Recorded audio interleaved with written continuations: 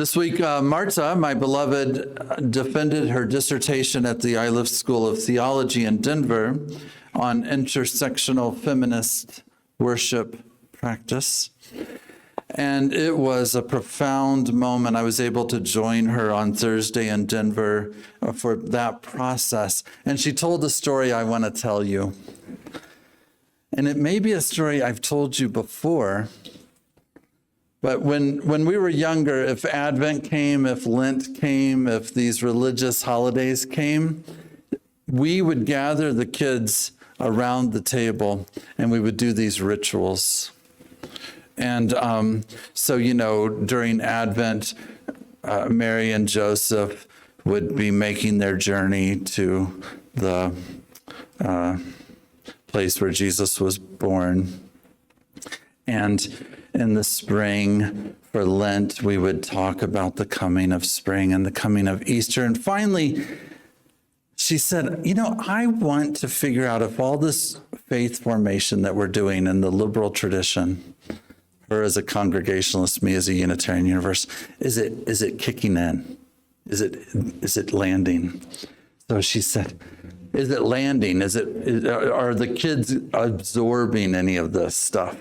And so she said, when we say the word God, what comes to your mind?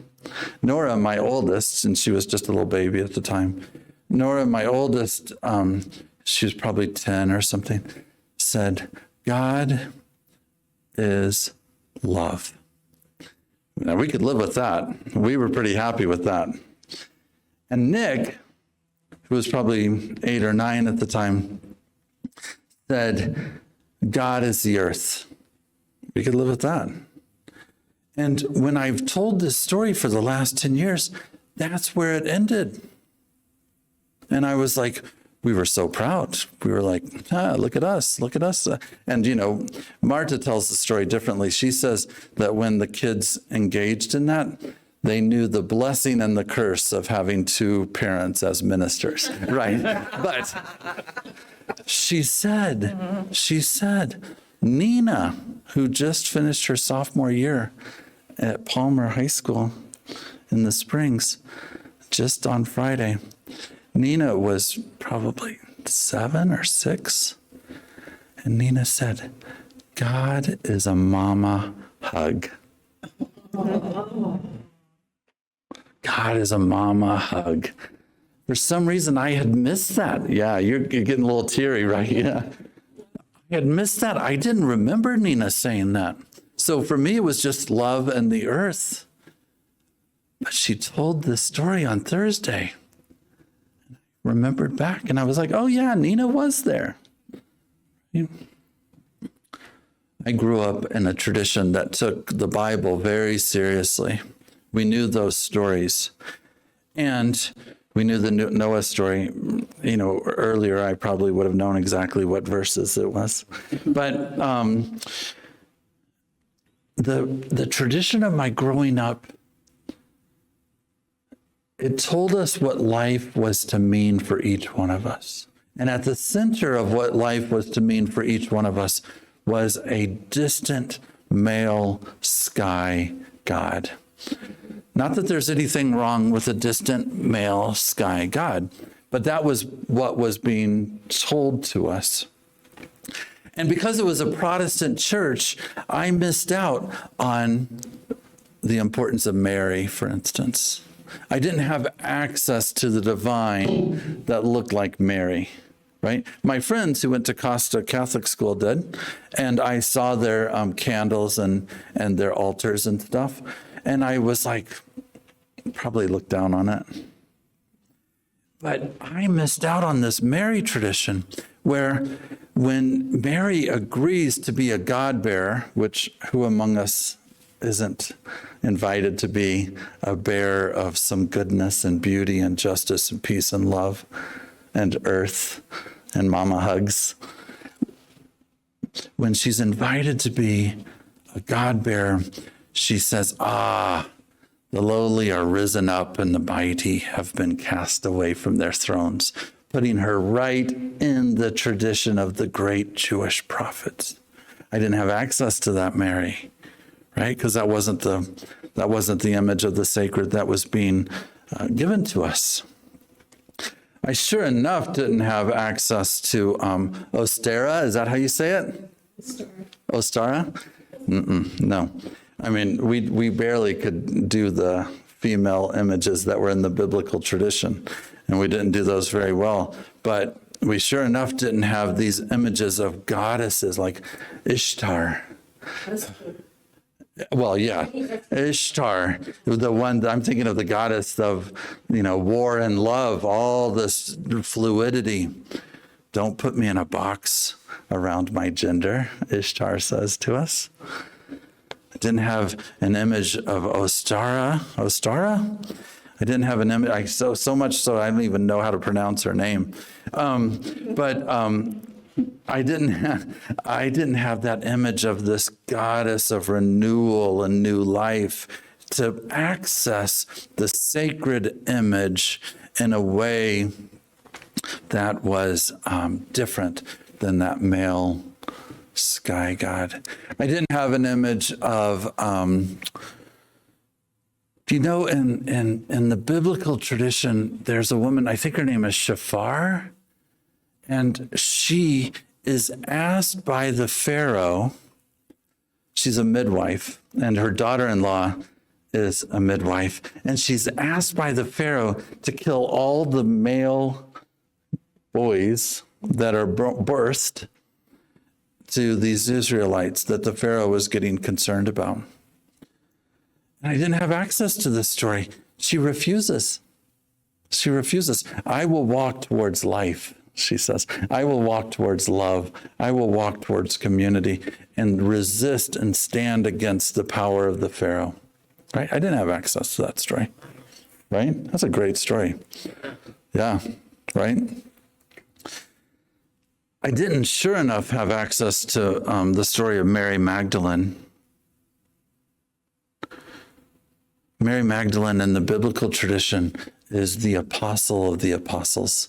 She is the one that when Jesus is crucified and when he's entombed and when he's dying and when he's dead and when he's resurrected in that story, she's there. All the dudes are gone, man. They were like, we got to go. Right? It was too much. It's too much. But she stays. She stays. Mary Magdalene is this image of the apostle of the apostles. And for the Eastern Orthodox Church, that remains her image. She is this profoundly connected apostle who towers above the other apostles. But in the Western Christian tradition, in like the 500s, some pope decided she was a prostitute. And so everybody thinks of her as a prostitute. Yeah. Cynthia Bourgeois is like, she's not a prostitute, don't believe it. Right? I didn't have image of anything along those lines. Mary Magdalene got Jesus so much that when the time came that he was killed and entombed and then resurrected, she was steadfastly there. And Cynthia Bourgeois says that it's because she saw that at the heart of all of Jesus's teaching was this emphasis on the unity of it all. The unity of it all. Like Ishtar could be both the goddess of war and the goddess of love. There was no false dichotomy there. This is the story of Mary Magdalene.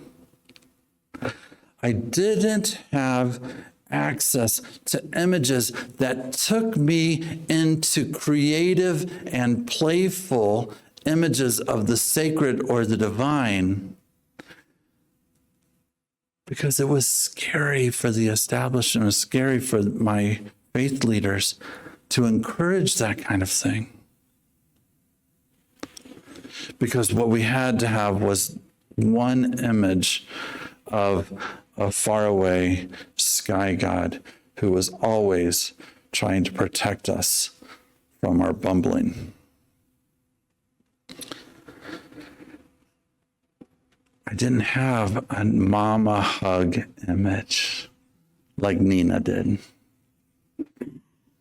And so now that I'm an adult, and when I started attending Unitarian Universalist congregations and started hearing about like cakes for the Queen of Heaven and all of these different images, I've encouraged myself, my family, and others to try to find as many images, personified, non-personified, gendered, non-gendered, as many images as possible for what you count as sacred. Esther, Sarah, Hagar, Ishtar, Mary Magdalene, Mary the God-bearer. All of these different images invites us into healing that false dichotomy of male and female and this and that, and invites us into a more inclusive, holistic view of what it means to be fully human. Cynthia Bourgeault argues that the human Jesus and the human Mary Magdalene point to a complete picture of what it means to be fully human. Whatever the image is, earth, love, mama hug, whatever the image is, may you be completely human in your journey.